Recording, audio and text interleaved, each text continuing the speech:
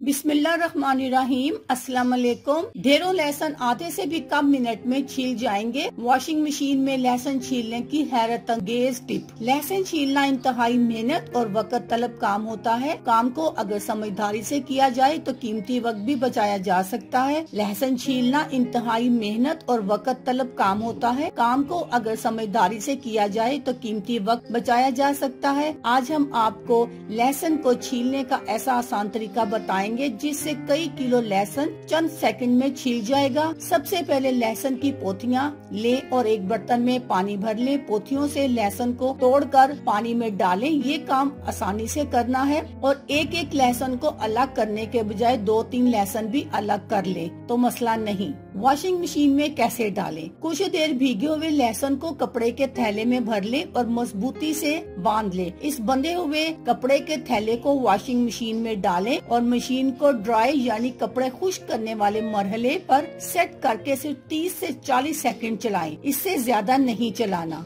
थैली खोलने पर क्या होगा? अब थैली खोलकर देखेंगे तो लहसुन के छिलके अलग हो चुके होंगे और जो रह भी गए होंगे वो भी सिर्फ हाथ लगाने से अलग हो जाएंगे और आपको घंटों लहसुन छीलने से निजात मिल जाएगी। अल्लाह हाफिज।